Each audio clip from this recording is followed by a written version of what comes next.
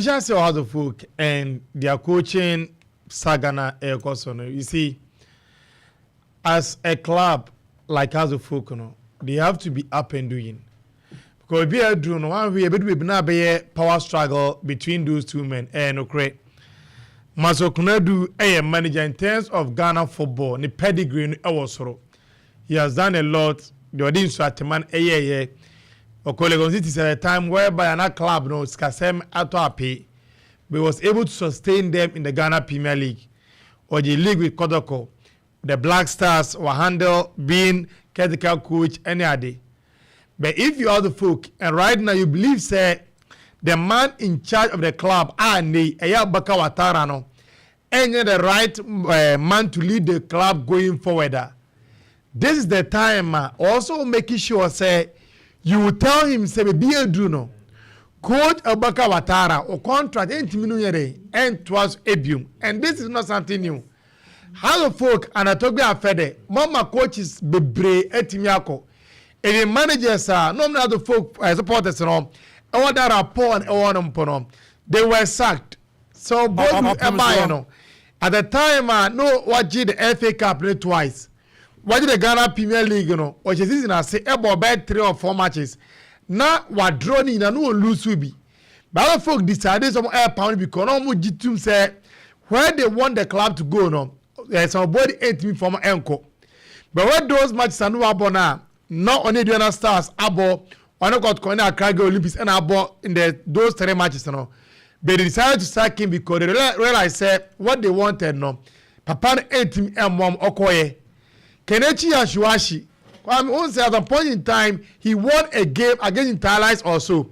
Mama printe and tare out air tongue and just go mutum.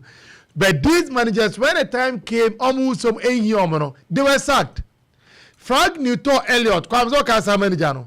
Frank Newton about my one as a point in time no. Now the folk for supporters no and no acquire more like said Obi any you don't pass. But almost say all top players and I'm man Okoye who players are or Tom free team Okoye. And today Abaka Watara did you my club no. No moon is the trajectory and where they want the club to go no on team moi on man and call because said I walk on the calendar for next year and second about mountain. And calendar about mountain, what you need right now is stable environment. When you have stable environment, you thrive. So if right now no club are going to the next season no now Abaka Watara and they only lead the club only those that he need them and now we come about now player power over here. According to report the Medino Elpe Michael Ampadu and they Abaka Watara and so actually say on penny because earlier on this season no one found get him because there was issue between any Abantero. And some of the players and the people in the gym a patch up, man back into the team. And today, about the club and in the future, because I will say, as I'm said, the team in next season. Can the player go into a new team because the Oba? Because when Eba, he might stay. So Atara and then the worker team man, he will go. So which is which? They should be up and doing. This is not a club that we got to know. This is a club that knew what they were into. And to not have team A, B, you know, said this is where the club is going, the direction that they are going. But what you are telling us, they don't know where they are heading to. Now, also we have recruitment. My name J, the content of the letter of Madibah Montano. Because these are issues, some of us have sat here and we're talking about it's a club in the stature of other folk. Enye matrai makwe so also be aden ahwe. If you are such a club, what you need is say you sign the best that you can afford in this country. And what they've done actually say the previous years on omo atiemu be asem and rectify. They are going in for the experienced players and they yabo mudi manos upon where a amankona where a first say I bet you born from ASA. These are players with experience in the Ghana Premier League. But Kwame, you don't let people do recruitment where you don't know the direction of the club. Ebeko. And I'll still boil down to the fact that the coaching situation how to be settled. Because and they me name say because say omonye nhu the way team na enimity na omo recruitment no omo yomani emma abonte no. But me gidi say omo nim the way team na. Kwame Ntuanima, what are you afraid of? Is it compensation? And I said it. Watara was how many years? 2 years. Watara contract in there unless I check. I think 2 years. Kwame say 2 years doesn't castle. That is why 1.5. Okay. Say 2 years, sir. Kwame, Emma, half. You can either severe off his contract and pay him off. So one team years of Kwame, find a way. Only in Casa and they uncle sorrow, not somebody else. I'm a party, you know. Also on year. Ubet manat nanche na uchianika month after month say oh ye jumana uchianika no. And yes this club what you see the next season no the same thing ever pop it up. Where Watara kwa Madika cause when the standpoint of where he starts now. How the folk if it's Omiji league no. This is their best ever point tally. Then they've got in the Ghana Premier League. Okay, also 2.5 years. 2.5 okay that means that can be 1 year on the contract. That's 1 year. And the Kwame, right now, no, we have a partner, the original air say build on performance, dear, and they team, has air tom air Kotoko. He can say, Kotoko, even Kotoko signing the best of players, no, or in your points, and that's a fact. Oh, no, I'm going to be free. And to whom pay for no to say, despite the fact where at this point, telling no, we are not happy with some of the results on Jai. Tottenham for the Europa League. But almost a coach, you know, come on, koi. And the day how the folk pay for air chain. It's other Watara stays, Kwame, and our let us know. Now, Kwame, Kotoko, so see. Many just say, only by the 31st of this month. Na signings, you know, but maybe or my year. Sure. See, how are me, not only with Kotoko, and with the time of the other clubs, the we almost see a 2 golden cakes. Players national. Kwame have little issues with it. Is a players no anymore.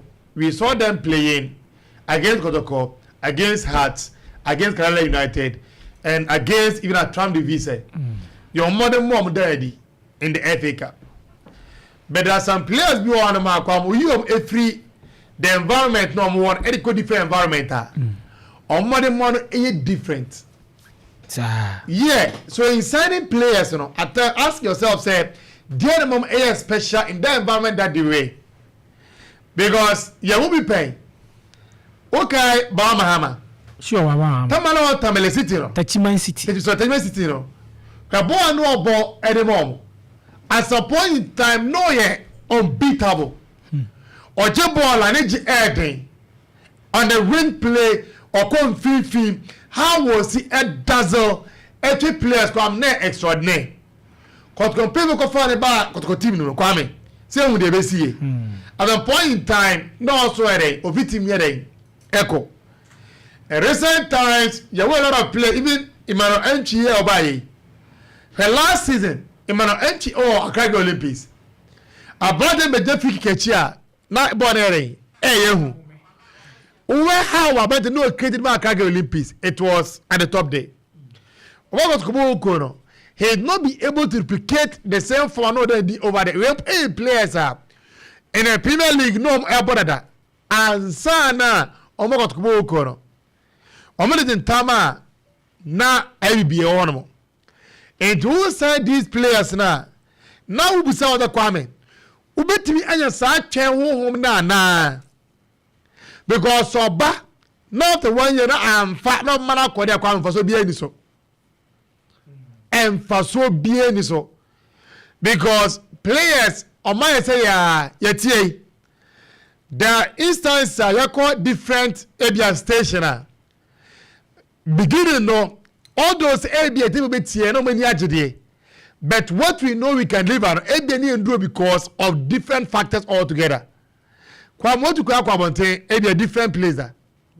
Also to kwaya first they will arrive at that place so that and nampo en and then and now we are seeing China e bia na ka bia wo Kumasi o man wo ho e bia madam e wo ho no tie bia omo e mo different e ba wo do fear how only e ka ho no sai na mo unya bia dai e wo ho no and obiara kwam de mana nije de bia zuba eka and obi won ma ohu ne mpena na ere ani ma kwame na nije eyina eno no and we na friend na kwame onya sa de ni taking time for the person to get acclimatized with the environment.